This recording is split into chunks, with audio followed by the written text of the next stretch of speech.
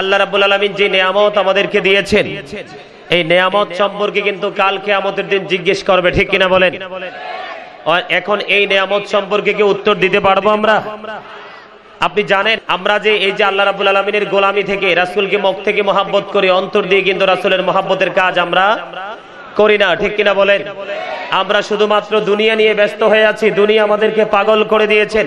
আল্লাহ রাব্বুল আলামিন সূরা আলে ইমরানের 185 নম্বর আয়াতের শেষ অংশে আল্লাহ রাব্বুল আলামিন জানিয়ে দিয়েছেন, ওমাল হায়াতুদ দুনিয়া ইল্লা মাতাউল গুরুর, এই পৃথিবীর জীবন, এই দুনিয়ার জীবন একটা ধোঁকা ছাড়া আর কিচ্ছু না।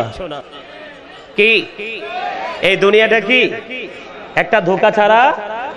আর আপনি কি জানেন আল্লাহ রাব্বুল আলামিন আপনার সম্পর্কে, আমাদের সম্পর্কে কি বলেছেন? লাকাদ খালাকনাল ইনসানা ফি আহসানি তাকওয়িম।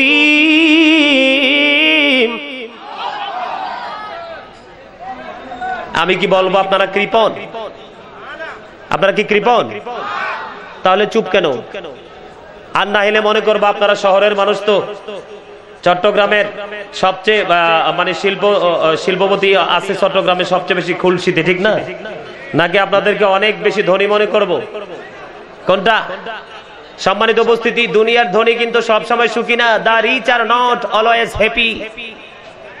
ধনীরা সব সময় সুখী না, তবে হ্যাঁ, ওই ধনীরা অলওয়েজ সুখী। আল গিনা গিনান নফস, প্রকৃত ধনী হলো আত্মার ধনী।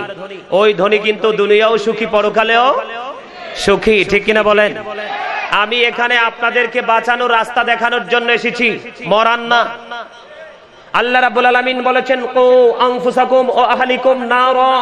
আল্লাহ বলেছেন, save yourself and your families from the fire. তুমি এবং তোমার আহলকে জাহান্নাম থেকে বাঁচাও। এখন আমিও জাহান্নাম থেকে বাঁচবো, আপনাদেরকেও বাঁচাবো। বাঁচতে হলে সত্য কথা বলতে হবে এবং আপনাদেরকেও সত্যটা গ্রহণ করতে হবে, ঠিক কিনা বলেন? আল্লাহ রাব্বুল আলামিন পবিত্র কালামুল্লাহ শরীফের মধ্যে বলেছেন, আকুলু কাওলান সাদীদা, সে দা রাইট থিং। আল্লাহ রাব্বুল আলামিন বলে দিয়েছেন, সত্য কথা বলো, জোরে জোরে সুবহানাল্লাহ।